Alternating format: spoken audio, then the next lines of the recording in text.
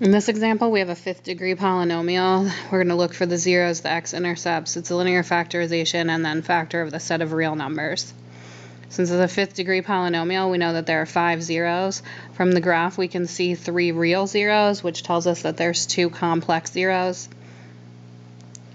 So the first thing that we want to do is get those real zeros from the calculator using our graph. So this first one appears to be irrational. This second one gives me a 0 at x equal 0.6 repeating, which is 2/3, and then my third one is irrational. So what we've discovered at this point is that we have 1 rational zero, 2 irrational zeros, and then we're going to have 2 complex zeros. So we need to start with that rational zero, and we're going to do the synthetic division. So the synthetic division gives me a remainder of 0, and then I'm left with this polynomial. Remember, the 24 would be my constant. This would have an x, this would have an x squared, this would have an x cubed, and this would have an x to the 4th. So then what I'm left with is 3x to the 4th plus 6x squared minus 24. So we need to find the other zeros from this. We're going to do a little bit of algebra 2 here with some factoring. So the first thing I'm going to do is factor out the 3, leaving me with x to the 4th plus 2x squared minus 8. So this is a 4th degree polynomial with a 2nd degree term in it and then a constant. So we can factor this into x squared plus 4 and x squared minus 2.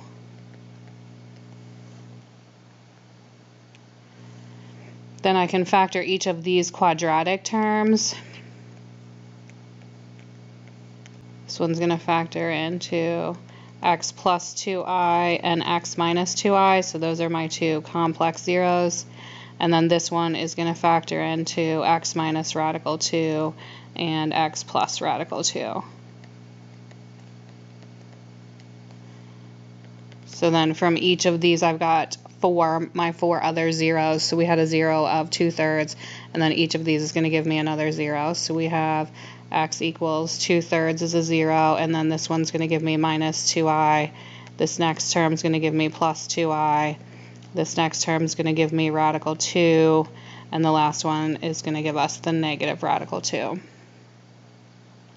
So again, double checking, we need to find all the zeros in the x-intercepts. So for part A, my zeros, remember I have to have 5 zeros because my polynomial was a 5th degree. So my zeros are just the x equals 2/3, negative 2i, positive 2i, radical 2, negative radical 2. My x-intercepts can only be real values, so my x-intercepts are at 2/3, radical 2, and negative radical 2. Part B asked us to write the linear factorization. So f of x equals, remember that my leading coefficient was a 3, so I'm going to write the 3, and then I'm going to write each of my linear factors. So x minus 2/3, x minus 2i, x plus 2i, x minus radical 2, and x plus radical 2. And then part C asked us to factor over the set of real numbers. So 3 is a real number, 2/3 is a real number. The 2i and the negative 2i are not real numbers. So again, remember, if I have factors that contain numbers that we don't want to use, then we're going to multiply those together to get the irreducible quadratic. So this is going to give me x squared. The minus 2xi and plus 2xi are going to cancel out, and then I'm going to get negative 2i plus 2i, which is going to give me minus 4i squared. And then I can keep these two terms, so I got the x minus radical 2 and the x plus radical 2. I still have the I in here, so we need to get rid of that. So remember, I squared is negative 1. So this is going to then give me 3, x minus 2/3. This is going to give me x squared plus 4, And then we have the x minus radical 2 and the x plus radical 2. If you didn't want the fraction in there, remember you can distribute that out.